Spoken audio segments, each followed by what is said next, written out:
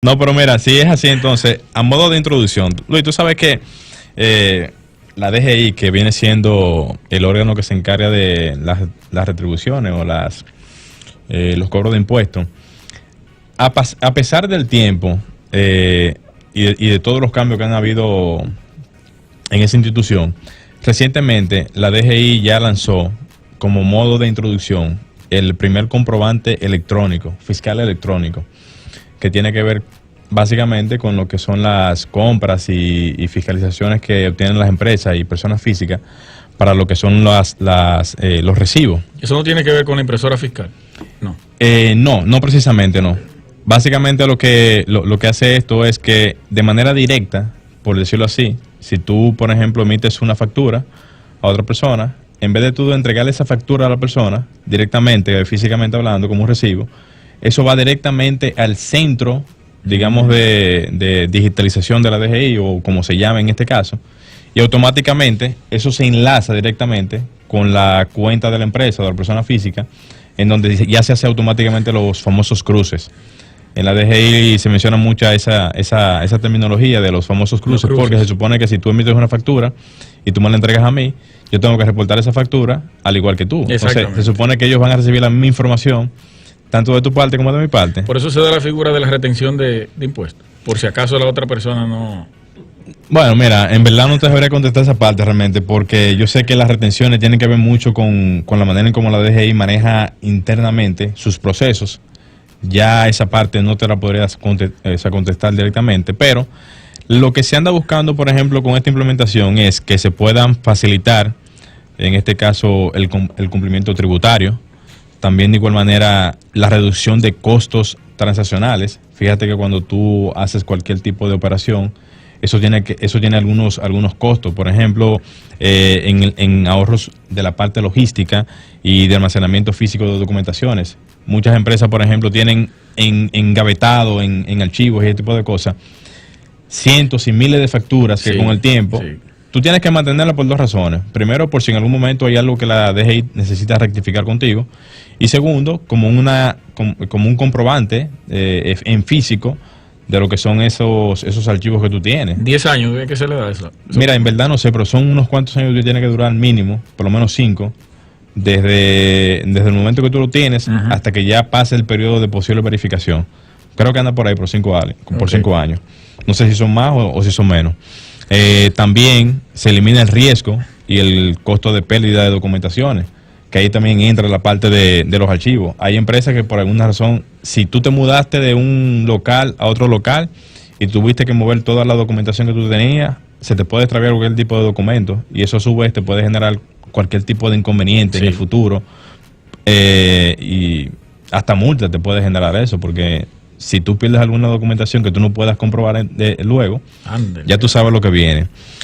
También una parte importante, Luis, que es la parte de la reducción de costos de impresión y adquisición de papel. Tú sabes que hoy en día lo que tiene que ver, por ejemplo, con el uso del papel, que es básicamente algo normal desde el punto de vista de uso, al tú eliminar completamente esa parte, tú contribuyes también con la parte de la tala de árboles. De la tala de árboles y el uso del no papel, que es lo que se supone que debe de venir a futuro. O sea, el papel en algún momento debe desaparecer como uso. Sí. O sea, se supone que debe desaparecer. No te digo que en todas las facetas de su uso desaparezca, pero por lo menos en ese tipo de manejos, por decirlo así. También, como parte final, esto promueve básicamente la eficiencia en los procesos de administración y competencia. Porque fíjate que cuando tú tienes, por ejemplo, una empresa en donde la empleomanía que tú tienes se fundamenta en que tú tienes que tener una persona que te maneje los archivos, que te tramite, por ejemplo, esa factura y una serie de procesos que son internos de cualquier empresa. Automáticamente tú tienes eso te va a minimizar un poquito la parte vamos a decir, de costo-producción para tú procesar todo ese tipo de información. Y más para la empresa. Empleos. Se eliminarían empleos, pero tú crearías otro, porque al final de cuentas eso es parte del proceso. Se le busca la forma, porque al final de cuentas, fíjate que tú estás tratando de optimizar, porque para una pequeña empresa, una MIPYME, se le hace muy difícil hoy en día emprender en algún camino, emplear gente y ese tipo de cosas. Sí. O sea que desde la parte impositiva tú vas a ver una parte que se va a beneficiar de manera directa, y otra parte que realmente le va a afectar Nosotros también de manera mismos, que directa. somos una Claro, una así pyme. mismo es.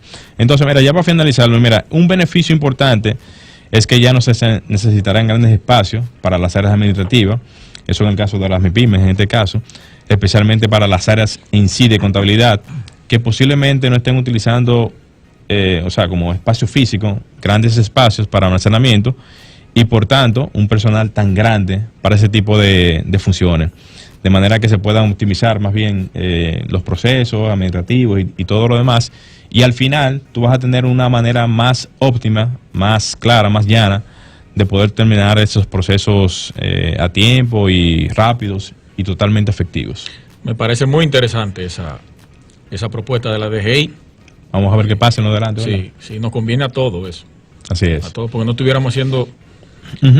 lo que a veces hacemos, con hacerle foto a la factura y luego subirla a la nube para que el contable la pueda manejar y luego pasar y todo eso. Sí, o sea que tú le cortarías un proceso bastante largo. así. No, perfecto. Bueno, ahí mira, más en adelante. ese mismo orden, porque hasta me pareció coincidente, la tendencia que tenemos hoy en día con relación a las edificaciones está cambiando. Y justamente el asunto de las fachadas y también la parte de los techos, que ya lo hemos hablado aquí en otros momentos, Sí.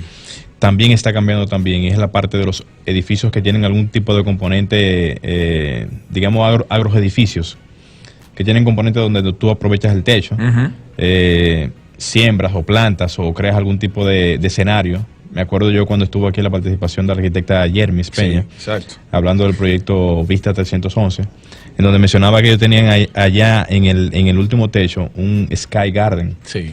en donde toda la escenografía de esa área era totalmente natural.